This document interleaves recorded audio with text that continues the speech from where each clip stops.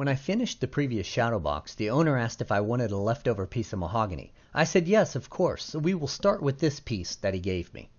The box I will be making is for a cardiologist, so I threw around a few ideas and eventually landed on one I thought would be just perfect. The focus of this box is going to be the colorful display board, so we will go quickly through the steps in making the simple box that will house the display board. If you need to see any of this slower or in more detail, then feel free to watch any of the other shadow box videos that I have posted, especially the fancy shaped ones. The board I was given was a pretty thick piece and very rough, so I started by planing it and getting it to match the size of a standard bought board. After I managed to get it to the same width, I would cut it into 4 even pieces so I could start the project. I had all the contents, so I knew there was really no large objects going into this box. To me, that's great. This means I can make the box as thin as possible. I hate fat, far off the wall boxes. So I ended up cutting my boards 2 inches even. This allowed me to get all 4 pieces out of my board. Only one edge piece needed to be straightened after I had made my cuts. So I found a straight board and ran it as a guide. If you don't know this trick, let me know in the comments below and maybe I'll make a video explaining the best way to straighten a warped board, because this seems to happen to me a lot. Now that all my pieces are good, let's cut them and put them together into our simple square.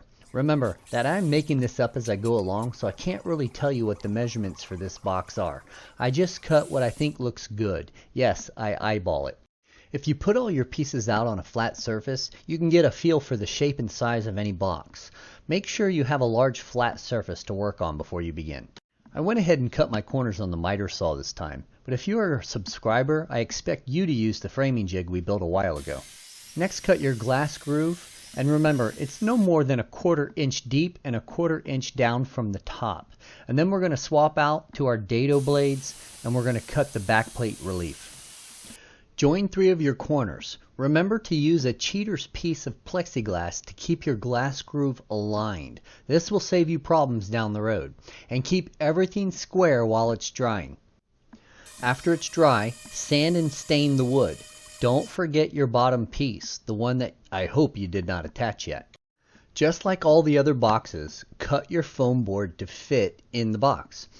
I seem to be a little short on one side, so I will be adding a little more to this piece. Just cut the extra piece to fit and tape it to the other side. The tape is more for the transition. It keeps the felt from showing a crease once it's applied. Once I have the full size ready to go, I make some quick marks to reference the very center of the display board. This will help me with my logo. Now at this point we can slow things down a bit and focus on the design and the color of this display board. Now you can draw your design right on the display board, or you can print it out and then cut it out and trace it onto it as well. I went a step further and I cut it out with a vinyl cutter and applied it directly to my marks at the center of the display board. We made those earlier. If it seems a bit low, it's because I have all the contents and I know in my head that a large stationing plate is going at the top and I will need the extra room. From here, take your time and start cutting out your design. If you drew it on or traced it on, this process is exactly the same. Just make sure you have a new blade and just take your time cutting out the design. Foam board cuts relatively easy if you are using a full 1/2 inch piece. But if you are cheap like me and have glued 2 1/4 inch pieces together, then you will constantly hit the glue between the 2 layers. This causes tear out and dulls your blade quicker, and it is a lot more difficult to cut through. So I recommend using a full piece of 1/2 inch foam board here. This will make cutting a lot easier and your edge will be a lot cleaner. So take my recommendation if you're going for a very intricate display like this, to get a full 1/2 inch piece of foam board. Once you have all your pieces cut out, we can begin felting. Remember to felt the overall display board first and then felt the pieces individually. This way you can check as we go to make sure everything fits properly. Once your glue has dried on the main board, flip it over and cut enough felt away so that if the object is pushed through the shape, the felt does not extend on the edges beyond the edge of the 1/2 inch cut.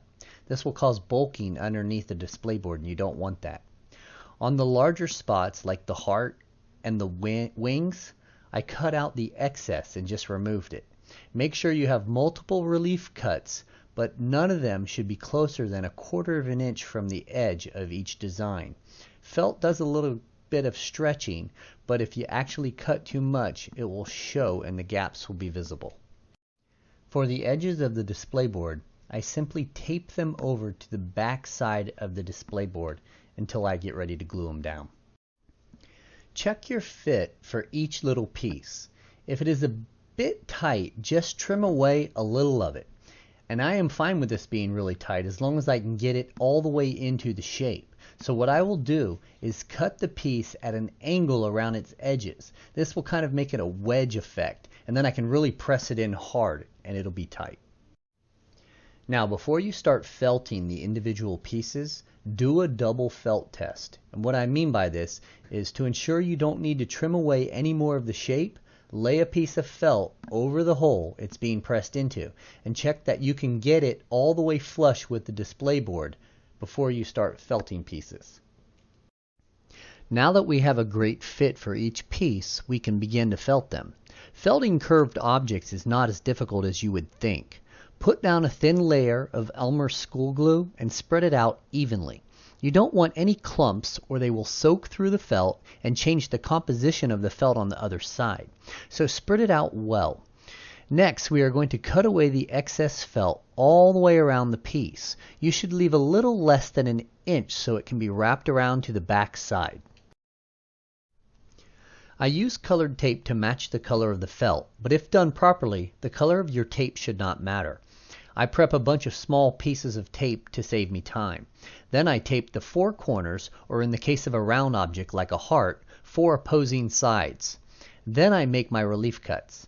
I keep repeating this process until all of the felt has been wrapped around to the back side.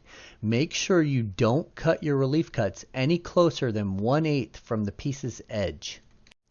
As you tape the felt on the back side, don't be afraid to pull it tight. This will help you make your shape look smooth on its edges and also assist in getting it to fit in the main board better. If needed, put down a little more if you feel it needs better hold or grab anywhere. Once complete, you can press it into the main board.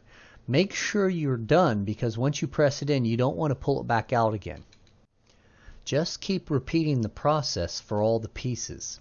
In the case of this logo, I don't think any pieces were too hard to felt. Just use the same process that we just used on the heart. When pressing it in, if any of the felt snags or it does not sit well, grab a small flathead screwdriver and push down the edges to get it to sink in.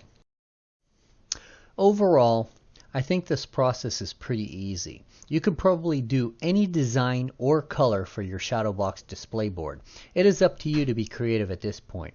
Why I take the time to do it this way is because now even the logo on the display board can be treated like the rest of it. You can pin your shadows or ribbons right onto the logo, and I think that's pretty cool. Now that the logo is complete, we can speed things back up a bit. You should be pros by now if you have been watching my other videos. So let's cut the glass. But remember, don't install it until we have the display board in place. We will need the frame of the box to ensure the display board is properly centered to it. And we will also not want the glass in the way so we can properly weigh down the display board for a solid bond when we glue it to the back plate. Again, if you need to see any of this in slower detail, click on any of my other videos.